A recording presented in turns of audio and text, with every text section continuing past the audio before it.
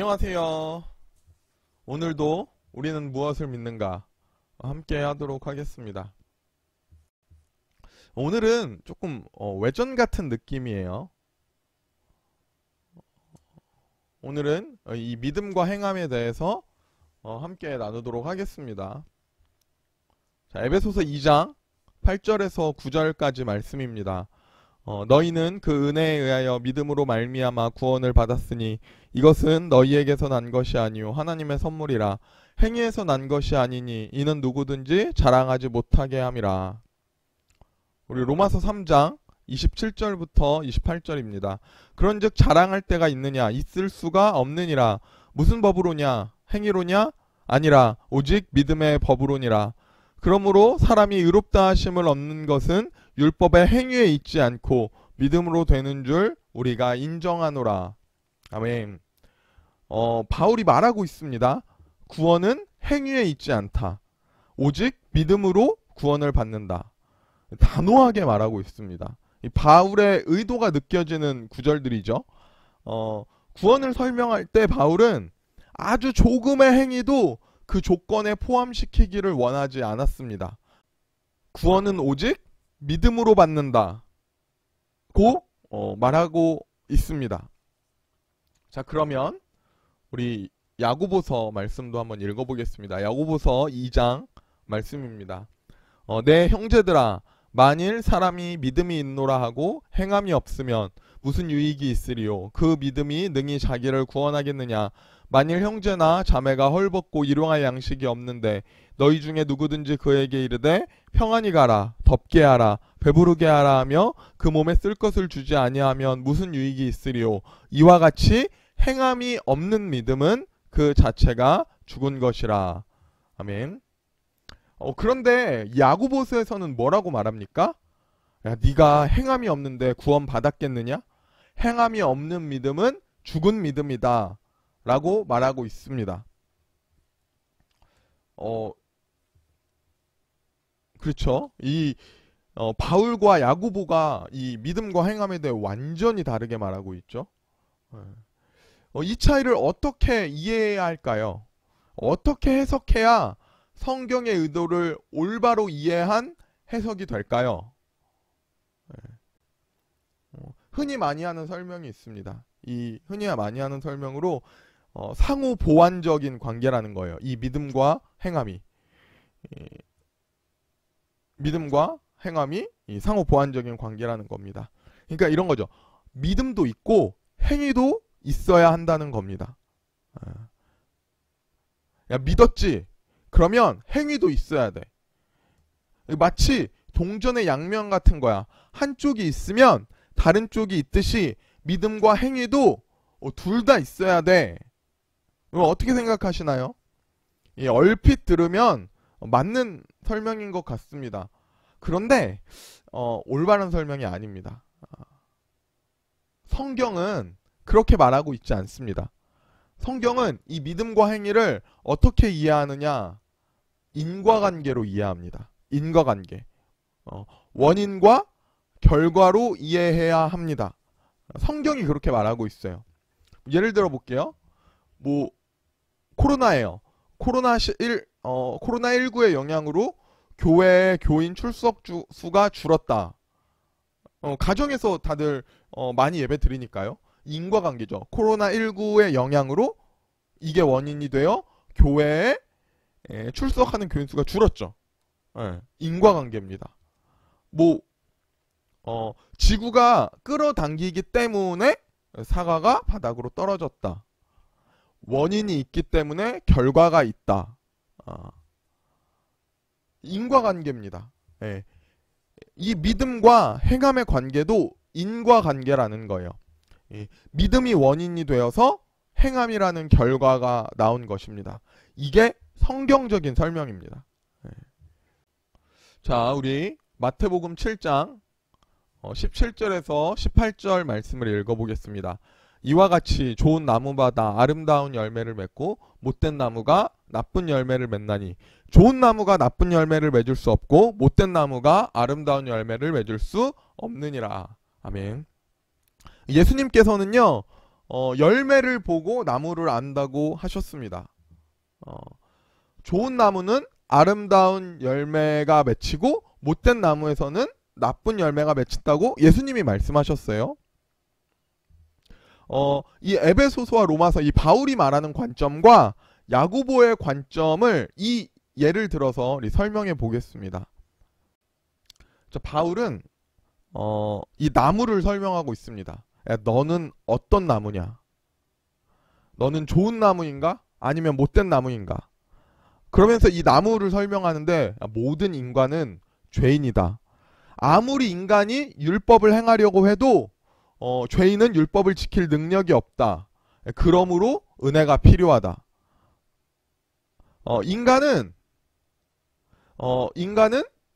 하나님의 은혜로만 좋은 나무가 될 수 있다. 이게 바울의 관점입니다. 바울은 이렇게 나무를 설명하고 있는 거예요. 자, 그럼 야고보의 관점은 뭐냐면 이 나무를 말하는 게 아니라 이렇게 열매를 말합니다. 이 나무가 사과나무입니다. 그러면 무슨 열매가 열립니까? 사과나무가 열리죠. 네. 사과나무에는 참외가 열리지 않습니다. 네, 배나무에 포도송이가 달리지 않습니다. 그런데 사람들은 뭐라고 말하냐? 자기 스스로 나는 좋은 나무야.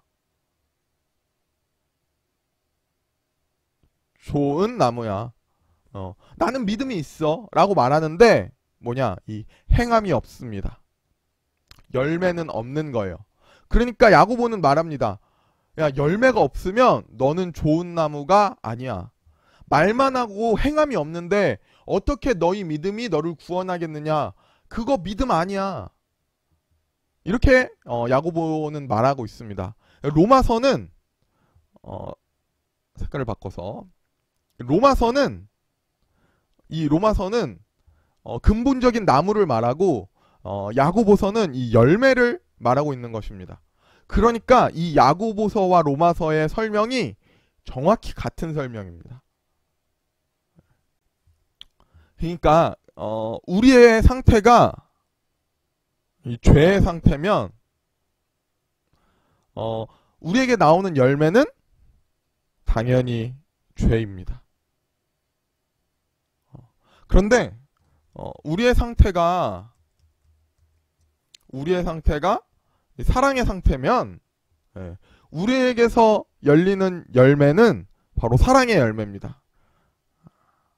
우리의 상태가 사랑의 상태이기에 하나님의 형상을 닮았기에 우리에게는 사랑의 열매가 넘치게 열리는 겁니다. 공식입니다. 좋은 나무에서 좋은 열매가 맺힙니다.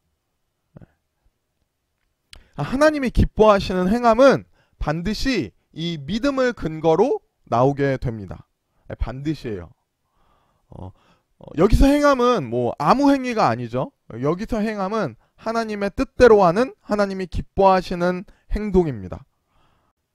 자, 우리 다음 구절 읽어보겠습니다. 마태복음 16장 24절입니다. 이에 예수께서 제자들에게 이르시되 누구든지 나를 따라오려거든 자기를 부인하고 자기 십자가를 지고 나를 따를 것이니라. 아멘. 예수님은 자신을 따르는 방법에 대해서 설명하셨어요. 자기를 부인하고 자기 십자가를 지고 따르라고 말씀하셨습니다.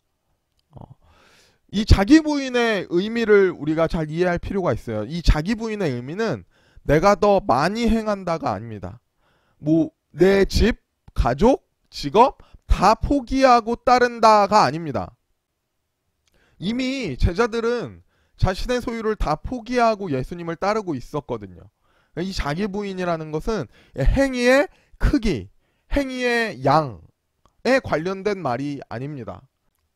여기서 자기 부인은 자기 중심의 방향을 하나님 중심으로 바꾸라는 것입니다. 내 뜻이 아니라 하나님의 뜻, 내 계획이 아니라 하나님의 계획으로 그 방향을 바꾸는 것이 이 자기 부인이라는 것입니다. 그러니까 이 자기 부인은 행위의 근원과 의도를 말하고 있는 거예요. 그러니까 자기 부인도 결국에는 이 믿음을 말하는 것입니다.